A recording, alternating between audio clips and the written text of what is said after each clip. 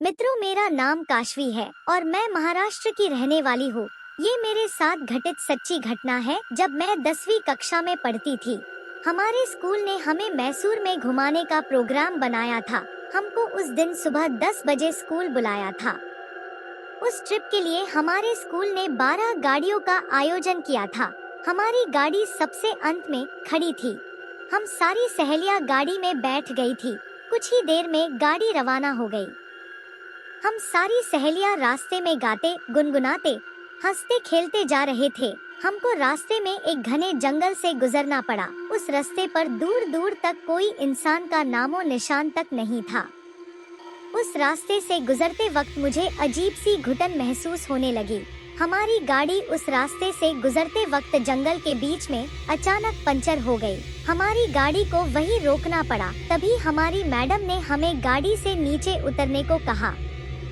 हम सारी सहेलियां गाड़ी से नीचे उतर गई। हमारी मैडम ने दूसरी गाड़ियों में बैठी मैडमों को गाड़ी पंचर के बारे में बताया और उनको रुकने से मना कर दिया और कहा कि पंचर में थोड़ा समय लग सकता है। नीचे उतरने के बाद ड्राइवर ने हमें बताया कि यहाँ से 200 मीटर की दूरी पर एक छोटा सा ढाबा है। आप सभी लोग वहाँ जाकर चाय नाश्ता कर लीजिए और मैं गाड़ी का टायर बदल कर आता हूँ। हमारी मैडम बस के पास खड़ी रही और हम 50 लड़कियां पैदल चल पड़ी। वो जंगल इतना घना था कि केवल जंगली जानवरों की आवाजें सुनाई दे रही थी। सभी उस ढाबे पर पहुँचे। वहाँ एक बूढ़ा सा आदमी चाय बना रहा था।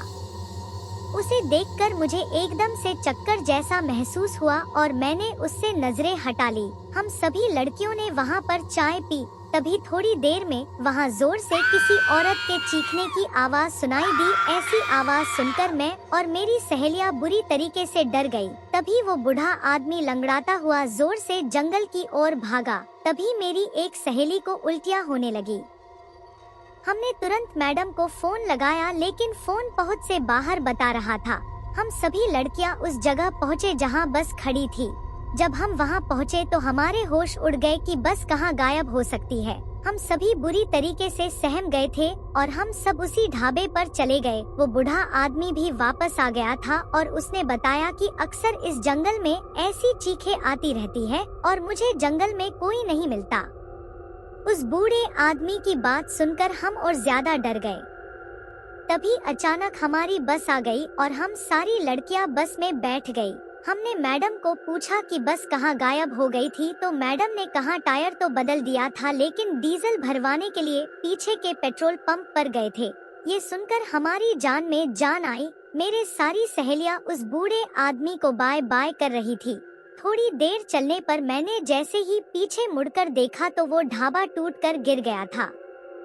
मैं जोर से चिल्लाई और ड्राइवर को सब कुछ बताया और ड्राइवर ने तभी गाड़ी मोड़ी और हम उस ढाबे तक गए। गाड़ी से नीचे उतरकर देखा तो ढाबा तो पूरी तरह नष्ट हो गया था, लेकिन वो बूढ़ा आदमी गायब था और कहीं नजर नहीं आया।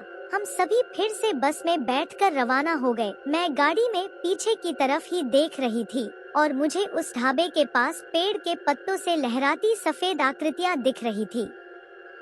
तभी ड्राइवर ने बताया कि इस जंगल में हमेशा कुछ अजीब घटनाएं होती रहती है, जिसकी असलियत कोई नहीं जान पाया। हम सुरक्षित मैसूर पहुंच गए। मित्रों, हालांकि मुझे इन सब चीजों का पूर्वाभास हुआ था, लेकिन ये पता नहीं था कि ये हकीकत बन जाएगा। आज भी मैसूर ट्रिप की घटना को याद करती हूँ तो मैं बहुत सहम जाती हूँ और मेरे मन में यही सवाल घूमते हैं कि उस सुनसान जंगल में वो बूढ़ा आदमी कौन था? क्या वो कोई भूत था और वो कहाँ चला गया?